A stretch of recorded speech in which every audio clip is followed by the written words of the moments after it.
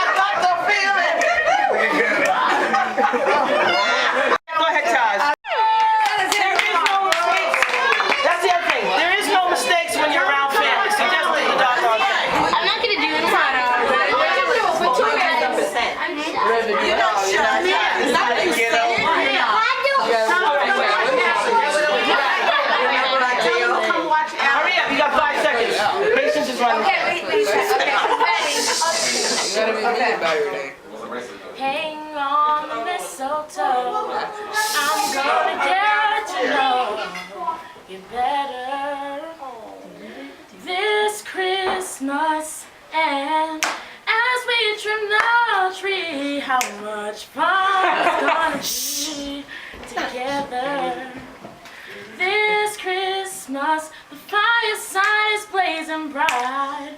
Whoa, yeah.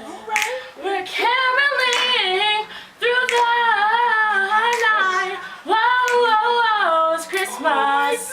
Will be a very special Christmas. For me. I don't even see shafts in the corner. Yeah.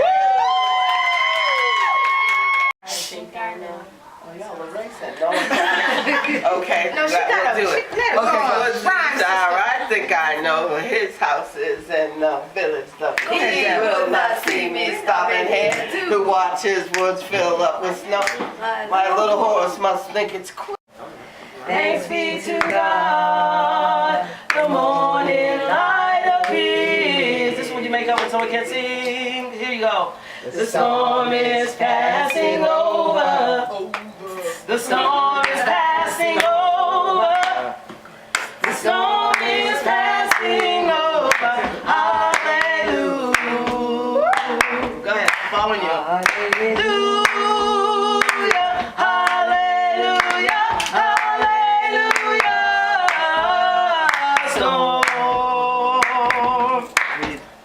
The storm is passing over. What? Sing it, girl. The storm is passing over. Come on. The storm is passing over. Hallelujah. What our debate team is saying is that there's a bigger problem at hand, and that we need to focus on the people who are not being represented in the debate community because of the traditional norms of debate.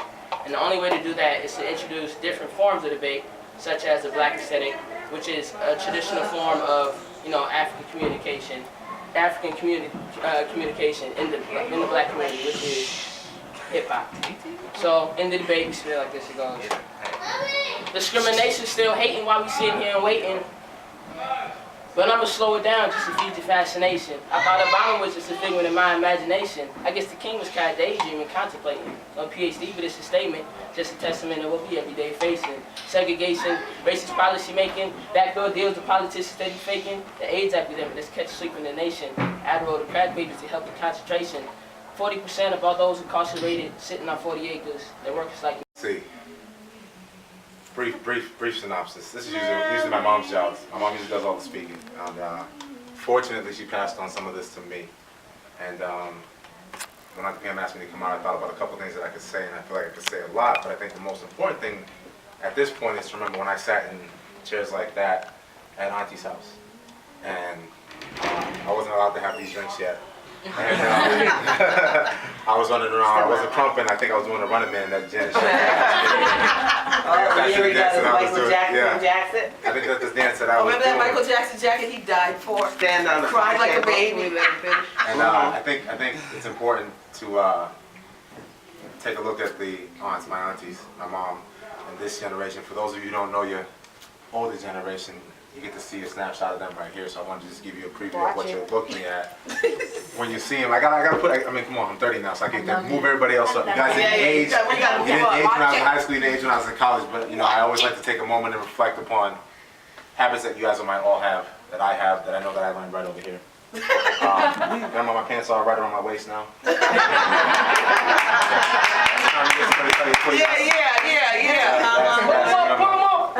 little bit more actually, right? Okay, you're still rocking it though. You look good. That's all right? Yes, that's good. It's all right. Take a moment to reflect, and that's a small. I mean, Grandma, you showed me so much. I can't even. I don't even time. I can't even go into it. I mean, how to dress, decorum, everything.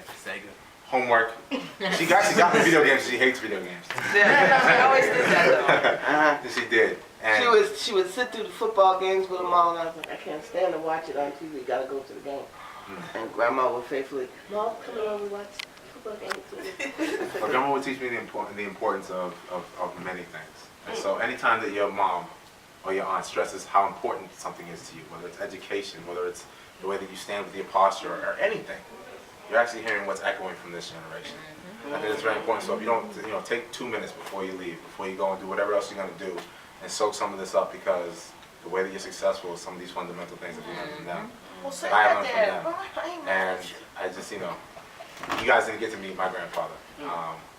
And you'll hear mixed reviews and everything like that. But the one thing I could always say is that for the early part of my life, he was there. And so, right, wrong, whatever, doesn't matter how you do it, but at least try. Auntie Karen talked about that. 50% might be your best 50%, but it's that 50%. So that's important. Take time to get to know one another. This is, I can't remember the last time we've all been together like this. I think I was 12, maybe 10, I don't know. So this is important too. Keep track of your cousins. There's Facebook, there's no excuse. Find your relatives, find out just one thing. Find out one thing about one another. And keep track of this information, and let's all stay in touch. I haven't even gone on to Auntie Gloria yet. Auntie Gloria, I know it's going to sound kind of quirky, but one of the things Auntie Gloria taught me was hospitality. When somebody comes to see you, okay, hospitality, you need to treat somebody a certain way when they come to visit you. Okay, so don't just